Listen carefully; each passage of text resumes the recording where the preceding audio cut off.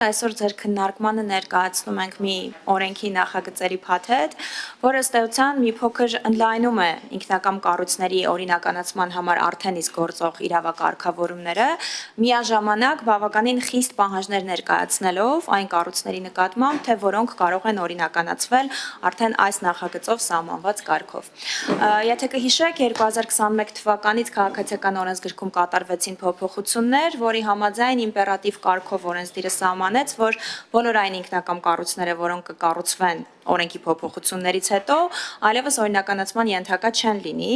եւ ըստ էության սահմանվեց որոշակի ժամկետ արդեն մինչեւ օրենքի փոփոխությունները կառուցված ինքնակամ կառույցների համար հաշվառվելու եւ դիմելու օրինականացման համար եւ բնականաբար արդեն վերջնական որոշումը, թե կոնկրետ ինքնակամ կառույցը օրինականացման ենթակա է թե չէ, համայնքի տիրույթում է։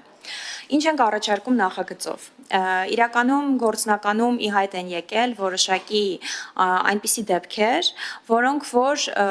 այսպես օրենսդրական վակուումի մեջ են գտնվում, այսինքն ենթադրենք կան կառուցված ինքնակամ կառույցներ, որոնք կառուցվել են 2022 թվականից հետո, այսինքն օրենսդրական փոփոխություններից հետո եւ օրենքի իմաստով պետք է քանդվեն, բայց իրենք իրենցից կարող են այնպիսի տնտեսական, սոցիալական եւ անգամ հանրային շահ ներկայացնել, որ դրանց միանշանակ ասել, որ պետք է քանդվեն, կարող է ավելի շատ կորուստներ բերել բոլորի համար, քան որոշակի մեխանիզմներ նախատեսելը օրենսդրությամբ, որ հնարավորություն լինի դրանք օրինականացնելու համար։ Ըստ էության մենք այս օրենսդրական վակուումի պայմաններում փորձել ենք նոր կարգավորումներ նախատեսել հետևյալ տրամաբանությամբ։ Կրկին սահմանվում է վերջնային ժամկետ, այսինքն հնարավորությունը տրվում է process-ը սկսելու եւ ավարտելու մինչեւ 2027 թվականի տարեվերջ, մինչեւ դեկտեմբերի 30-ը։ Յուրաքանչյուր անձ, ով ցանկություն կունենա ինքնակամ կառույցը օրինականացնելու, պետք է անցնի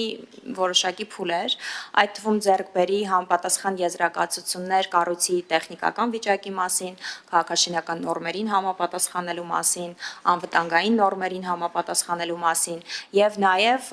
ներկայացնի այսպիսի նախնական գնահատական, արդյոք դրա օրինականացումը հնարավոր է գործող իրավակարգավորումների համատեքստում, թե կան որոշակի խոչընդոտներ։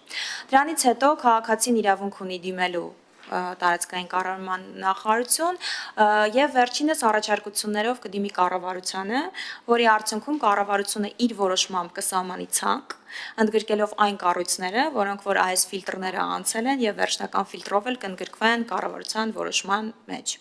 Սրանից հետո արդեն այդ ինքնակամ կառույցների իրավատերերը հնարավորություն կունենան դիմելու առանց ժամկետային սահմանափակման այս պահի դիմելու օրինականացման process-ը սկսելու եւ շինության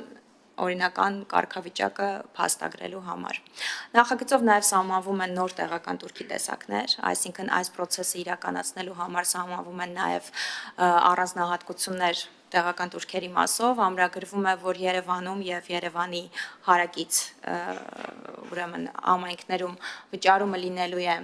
այն բոլոր փաստաթղթերի համար, որոնք որ պետք է քաղաքացին ստանար այդ կառույցը օրինական կերպով կառուցելու համար, բոլոր այդ турքերի եռապատիկը,